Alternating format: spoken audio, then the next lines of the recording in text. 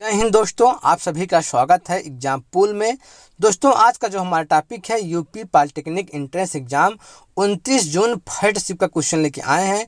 तो यदि आप हमारे चैनल पहली बार आए हैं तो आप हमारे चैनल सब्सक्राइब कर दीजिए, लाइक कर दीजिए, बेल आइकन को प्रेस कर दीजिए, क्योंकि इसी तरह हम आपको क्वेश्चन लाते रहेंगे और आप सबसे पहले वीडियो देख सकेंगे।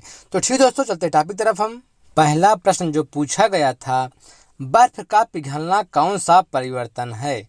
तो बर्फ का जो पिघलना है भौतिक परिवर्तन है। देखिए, और भौतिक परिवर्तन के उदाहरण देख लीजिए। बल्ब का जलना भौतिक परिवर्तन है। मोमबत्ती का पिघलना भौतिक परिवर्तन है, लेकिन मोमबत्ती का जलना रासायनिक परिवर्तन है। बर्फ का पिघलना हो गया। दूध का गर्म होना क्या है? भौतिक परिवर्तन है। कागज का फटना जो है भौतिक परिवर्तन है, लेकिन कागज का जलना रासायनिक परिवर्तन है।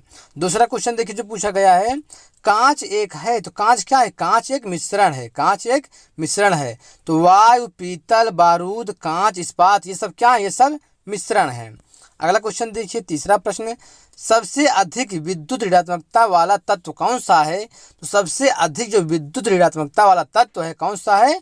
फ्लोरीन है। अगला क्वेश्चन, लाल रंग का तरंग दैर्ध्य कितना होता है? तो लाल रंग का जो तरंग दैर्ध्य होता है 7800 एंगस्ट्राम से लेकर 6400 एंगस्ट्राम तक होता है लाल रंग का तरंग दैर्ध्य। पांचवा क्वेश्चन देखिए, श्रव्य तरंग की आवृत्ति कितनी होती है? तो श्रव्य तरंग की जो आवृत्ति होती है 20 हर्ट्ज से 20,000 हर्ट्ज तक जो होती है श्रव्य तरंग की आवृत्ति होती है। और एक होता है पराश्रव्य तरंग। तो पराश्रव्य तरंग की जो आवृत्ति होती है 20,000 हर्ट्ज से अधिक होती है। और तीसरा है एक अवश्रव्य तरंग। तो अवश्रव्य तरंग की जो आवृत्ति होती है 20 हर्ट्ज से कम होती है। और देखिए, छठा प्रश्न है, ठोस में ऊष्मा का संचरण किस विधि द्वारा होता है? तो ठोस में जो ऊष्मा का संचरण होता है चालन विधि द्वारा ठोस में ऊष्मा का संचरण होता है। अगला क्वेश्चन, एलपीजी का मिश्रण है। तो एलपीजी का मिश्रण क्या है? ब्यूटेन और प्रोपेन जो है एलपीजी का मिश्रण है। अगला क्वेश्चन देखिए, आठवां प्रश्न, किस तत्व की परमाणु संख्या 31 है? तो किस तत्व की? गैलियन तत्व की परमाणु संख्या 31 है। नवा क्वेश्चन देखिए, परमाणु संख्याओं के आधार पर तत्वों का वर्गीकरण किसने किया? तो परमाणु संख्याओं के आधार पर जो तत्वों का वर्गीकरण किए थे किसने किए थे? मोजले ने परमाणु संख्याओं के आधार पर तत्वों का वर्गीकरण किए थे। 10वां क्वेश्चन देखिए, दूरी किस प्रकार की राशि है? तो दूरी एक अदिश राशि है। दूरी कैसी राशि है? दूरी एक अदिश राशि है।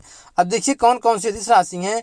द्रव्यमान, समय, चाल, ताप, विद्युत धारा, ज्योति तीव्रता, ये सब क्या है? ये सब अदिश राशि हैं। अगला क्वेश्चन, एक जूल में कितने अर्घ होते हैं? तो एक जूल में 10⁻7 अर्घ होते हैं। तो एक जूल में 10⁻7 अर्घ होते हैं। अगला क्वेश्चन देखिए, न्यूटन के किस नियम को जड़त्व का नियम भी कहते हैं? तो न्यूटन के किस नियम को जड़त्व का नियम कहते हैं? न्यूटन के प्रथम नियम को जड़त्व का नियम भी कहते हैं। कांसा किसका मिश्रण है? कांसा तांबा एवं टिन का मिश्रण है। कांसा जो है तांबा एवं टिन का मिश्रण है। अगला क्वेश्चन, चौथी और पांचवी आवर्त में कितने तत्व होते हैं? तो चौथी और पांचवी में 18 तत्व होते हैं। तो चौथी जो आवर्त है उसमें 18 तत्व और पांचवी आवर्त में भी 18 तत्व होते हैं। 15वां क्वेश्चन, झूठा सोना या मूर्खों का सोना कहा जाता है? तो झूठा जो सोना होता है या मूर्खों का सोना किसे कहा जाता है? आयरन पायराइड्स को झूठा सोना या मूर्खों का सोना कहते हैं। अगला क्वेश्चन देखिए जो 16वां प्रश्न है, नदी का बहता हुआ जल किस प्रकार का ऊर्जा संवहन करता है? तो नदी का जो बहता हुआ जल होता है वो गतिज ऊर्जा का संवहन करता है। अगला क्वेश्चन देखिए 17वां प्रश्न जो है, कैलेमाइन किस धातु का अयस्क है? तो कैलेमाइन जो है जिंक धातु का जो है अयस्क है कैलेमाइन। अगला क्वेश्चन देखिए 18वां प्रश्न, ध्वनि का तारतम्य निर्भर करता है? तो जो ध्वनि का तारतम्य होता है आवृत्ति पर निर्भर करता है।